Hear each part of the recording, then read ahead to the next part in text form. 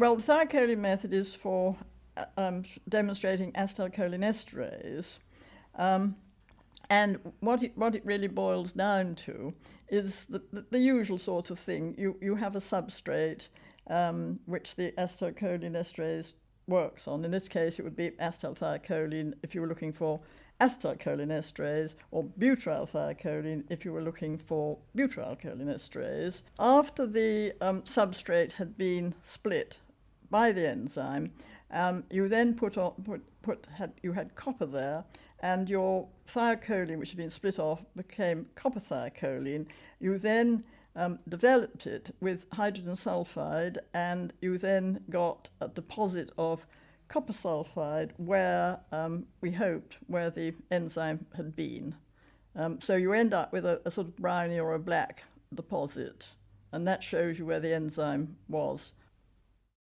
Schrute and Lewis were I think still in the anatomy department. They later moved into physiology in Cambridge, and they had been working on the cholinesterase system for quite a long time, and they used the Kohler method for staining, and they modified it. Lewis was a chemist initially, and they modified it, and it was really that modified method that I used. And they were just looking in the brain at various areas of the brain,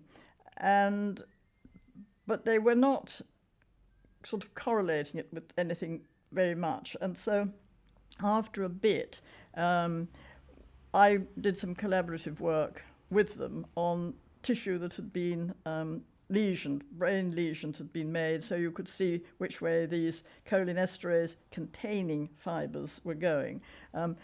We both, Lewis particularly and I, were always very, very careful to talk about cholinesterase containing. We would never admit them to be cholinergic fibers unless we got supporting evidence. And so I did some work with them. And again, it was this business of seeing whether if you made a lesion, there was a build-up on the side of above the lesion and a loss below. So that was really why I got involved with them.